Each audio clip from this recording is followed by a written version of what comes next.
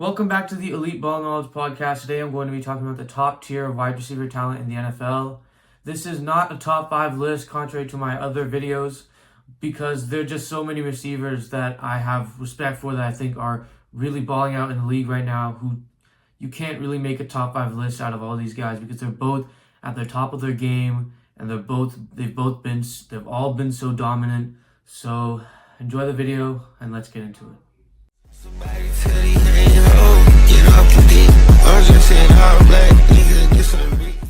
The first person I want to talk about on this list, arguably one of the best receivers in the league. This is kind of in the more elite section of the video where I talk about wide receivers who are probably the best in the league, the most elite of the top tier. And starting off that part is Ja'Marr Chase. And I think just the production he's had as soon as he's entered the league, he really helped transform the Bengals organization and the reputation of that team into a winning culture just by him and Joe Burrow's chemistry. And he's been putting up crazy highlights, crazy games, crazy stats all year. He had the Triple Crown this past season, and he was a big part of the reason why Joe Burrow and the Bengals almost made the playoffs after a horrible slow start. But Ja'Marr Chase has been at the top of his game for the past few years, and he did win Offensive Rookie of the Year. He's been just on a tear of the league right now. He earned the money that he so desperately sought for on the Bengals, and he's just been really whenever you think of the top 5 wide receivers, you always are going to put Ja'Marr Chase in that list, either at 1 or at 2 because of how good he is. And in fantasy, he's just he's a make or break player. If you have him, you're winning the league. If you don't have him and you're playing against him, you're losing that game because he's obviously going to go for 30 points, not 30 points exactly, but near 30 points a week. And because of his defense now, going into this year, he's going to have to put up so much more for the Bengals offense, especially because the offense is going to be carrying the most of the weight. I do think that Ja'Marr Chase is a great player. He's probably one of the best receivers in this list, and that's why he's in the elite section of talent for me. Another wide receiver in the elite section of talent for me is Justin Jefferson. Obviously, just like Ja'Marr Chase came from LSU, he's on the Vikings, and he has had a few seasons where the production hasn't been there, but his quarterback play in Minnesota hasn't been the greatest. I mean, he's obviously going into a year now with the rookie quarterback. He's had Kirk Cousins and Sam Darnold. Obviously, Sam Darnold helped bring out the best of him, but that was when Sam Darnold was consistent and not under pressure. So how he does with this quarterback, J.J. McCarthy, he'll probably end up carrying J.J. McCarthy to some conversations that need to be had about him. He'll help get them some wins, and the highlights that Justin Jefferson has put out over the years has just really shown why he's in that elite conversation even as a rookie. His route running is elite. His play style is so different. I mean, no wonder the Vikings traded for him. I mean, traded to get him in the draft. He's just been such a great player. It makes the Eagles shudder every time they think of Jalen Reagor and the decision they made on draft night.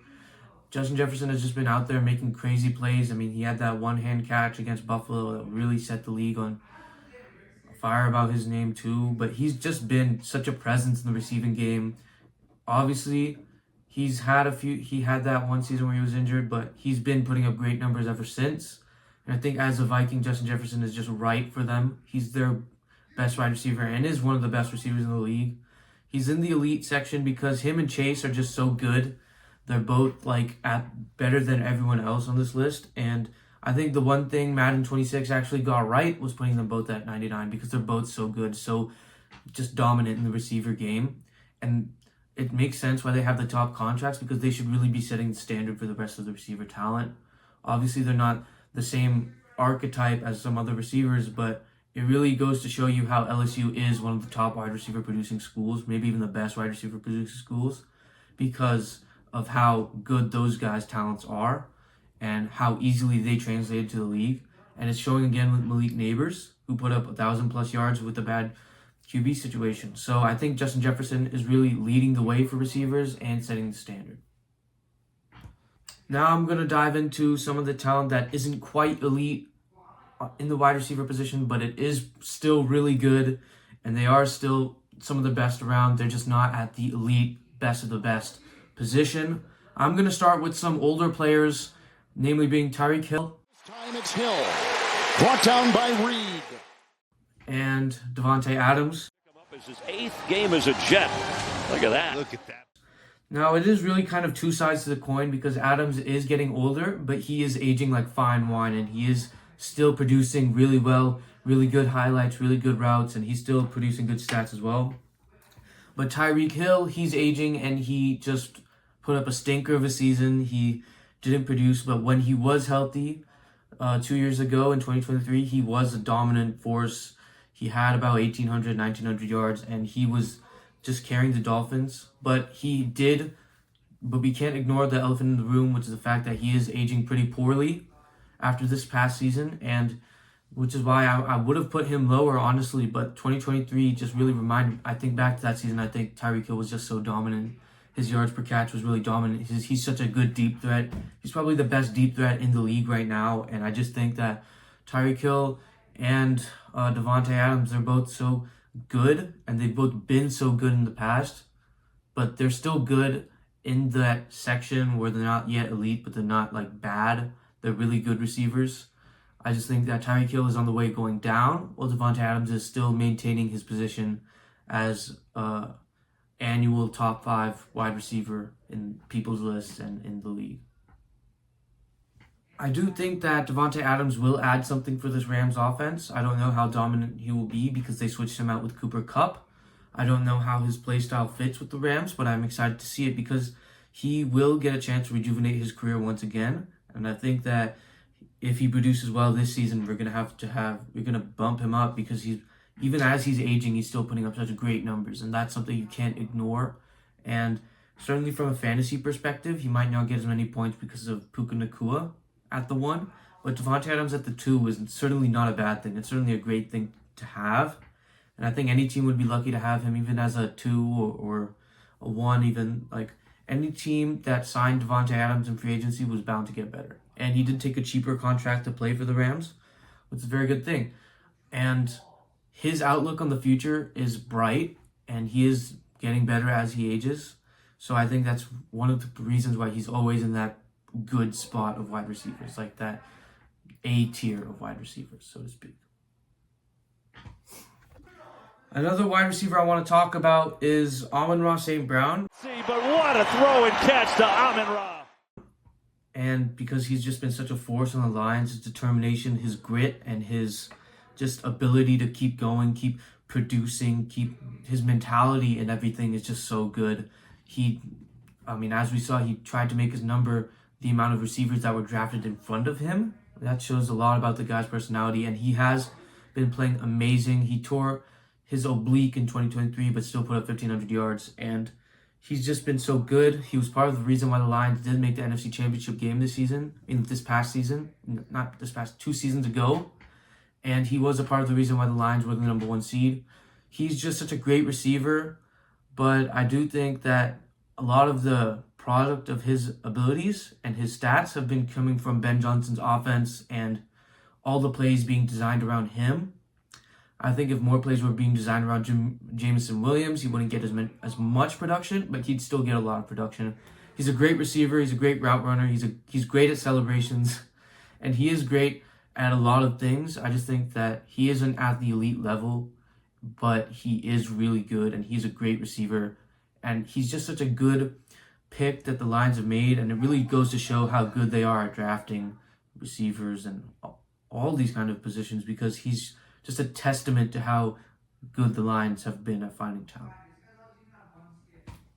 Another A-tier wide receiver I want to talk about is CeeDee Lamb. Matchup all week. What's it going to be like with C.D. Ward, CeeDee Lamb? He's a great receiver. He's been putting up great numbers, even with Dak as his QB or other QBs as his quarterbacks. And I do think that CeeDee Lamb is one of the best receivers in the game. I don't think he's at the elite talent yet because of how much he gets the ball. If he did put up these similar numbers over just a little bit less receptions, then I'd put him there. But he is probably one of the best things about the Dallas offense, probably the best thing because there's no one really else to show for it. I mean, Pickens just came in, and I don't know how that dynamic's going to work, but so far in training camp, it's been looking good. I do think that CeeDee Lamb has been producing a lot over the years. Even as a rookie, he did show up and show out. I do think that he's had some crazy memorable plays. I just think that CeeDee Lamb just needs to produce more with a lot less receptions. That's just my main thing about it. He did put up 1,800 yards, and he is on pace to being, he is, in my record, my train of thought, he's on pace to being one of the elite talents in the league. It's just I don't see him there yet. Just Dallas's offense isn't really doing him as much justice as it could have. And I do think that with the crazy season here, he makes a few highlight plays. Even if he does have less production, he makes his presence on the field a bit more well known. Then I'm gonna have to move CD up there because it's not just about production; it's also about presence of receiver on the field. And I just don't think CD has that yet. But I do think that he can get there compared to where he is now. One of the last few wide receivers I want to talk about today is Brandon Aiyuk. He did come off an injured season, and a lot of people are saying Brandon Aiyuk isn't even top 10, top 20, even after his 2023 campaign when he was arguably top 5, arguably top 3 in 2023 when he put up 1,400 yards off of 75 receptions. That's something you can't just ignore because he had nearly 18 yards per catch. He was crazy. The highlights really show for themselves. He was probably the best part of that 49ers season aside from Brock Purdy because everyone knew McCaffrey could ball. Everyone knew Kittle could ball. Everyone knew Deebo Samuel had that ability. But no one really knew that about Brandon Aiyuk. He had his second straight 1,000-yard season. And even then, the season before, he played with Jimmy Garoppolo. He played with an inconsistent QB situation. And he still put up 1,000 yards, and that was his first year. Even in the doghouse, he still put up 1,000 yards. And that's something you don't really see out of these receivers in Shanahan's system. You don't see someone like that. I mean, obviously the last one to do it was Deebo, and he was a great receiver. But coming out of the doghouse, Brandon Aiyuk really came into that ability. His physical ability is off the charts. His route running, mainly his short route running, really caught my eye. He had a few runs where he broke people's ankles, and he did have some deep throws too.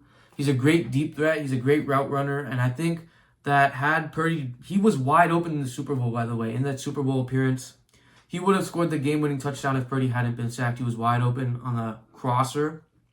And I think what Aiyuk does so well is his ability to get open, his ability to make plays after the catch as well. And a lot of people think that he's not at where he needs to be because he made a whole stink during training camp. Last season, he got his contract. But I do think that once he's healthy, Aiyuk will prove to be he's a top 10 wide receiver. The film definitely shows it for itself. The impact he's made, the hurdles, the moves, the deep shots where he's caught the ball and he's adjusted. Even this past season, he didn't have a whole lot of good plays. Even then, he tore his ACL and MCL. But against the Cardinals, where they did lose, he did have nearly 160 yards on 8 catches. So he's averaging 20 per catch. And you don't see any receivers doing that. He's a wide receiver 1, and he's averaging 20 per catch. This was in a season where McCaffrey wasn't even playing. So Aiyuk basically put up 160 yards. He averaged 20 per catch where no one else was taking targets from him. And imagine that when he's fully healthy, because in 2023, they had a bunch of people over 1,000 and receiving-wise, and Aiyuk still put up 1,400 over 75 receptions. And all those plays were designed around McCaffrey, Kittle, Deebo, mostly those three, not even Kittle, McCaffrey, and Deebo. So when Aiyuk is just there in the receiving game, when it's his turn to shine, and it's his plays that are designed around him, he'd put up so much yards. And that's why I want to put him over Amon-Ra St. Brown, because if you put Aiyuk in the Ben Johnson system, where plays are designed around the wide receiver 1, Aiyuk would put up better numbers, I think. In my opinion, he'd put up same or better numbers. He'd put up same or better highlights, and he'd just really show why he's that good.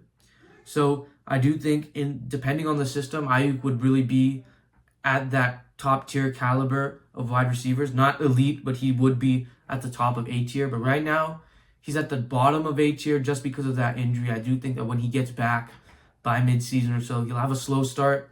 But towards the end of the season, we'll see why we paid Brandon Aiyuk, and he'll start to really pick up more speed. And That's why I can't wait to see him play. That's why I haven't put him at elite, because he's just really astonishes me as a 49ers fan. He's severely underrated, criminally underrated. And so when he gets a shot, when he's healthy, and when he's getting the ball, you'll see why. If just hop on the hype train now, because it's going to leave the station. And I'm tapping in and buying into Brandon Ayuk stock right now. I want to talk about another LSU wide receiver here who came out of his rookie season. This is Malik Nabers. He's just a crazy receiver himself, and even on the Giants, he put up 1,100 yards plus or 1,000 yards plus, and he's a great route runner. He's played through injury, and even though they feed him the ball every play, he's been withstanding the injuries and powering through and persevering. He put up 1,000 plus with Daniel Jones as his quarterback, Tommy DeVito, all these guys. So I do think that he's a star receiver. He's a stud receiver for sure. And it makes you think, why didn't the Chargers draft him? But both of the teams are doing pretty well right now, especially because the Giants are on the trend up. The Russell Wilson footage, some Malik Nabers has really been catching my eye. He's been running deep. He's been doing some great things in New York. And I do think that he'll go out there again and he'll produce a lot. I just hope he doesn't start out fast and then burn off. I really like Malik Nabers, and I do think that he was the better pick over Marvin Harrison Jr.